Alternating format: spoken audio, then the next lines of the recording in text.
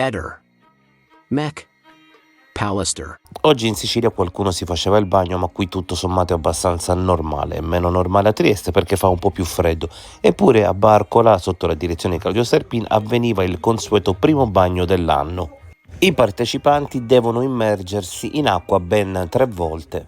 Perché il primo è per chi non c'è più, in ricordo, il secondo per tutti qua che non si bagnano e finalmente il terzo per noi, per loro che lo fanno. Posso dire, adesso lo dico, mi ingroppo, l'anno prima di scomparire era qua col marito, abbiamo brindato assieme, sono venuti a vedere, ricordo, erano là, io con la bottiglia, questa, con i bicchieri, lui non ha voluto bere perché ha detto che era astemio, era lei e il marito là.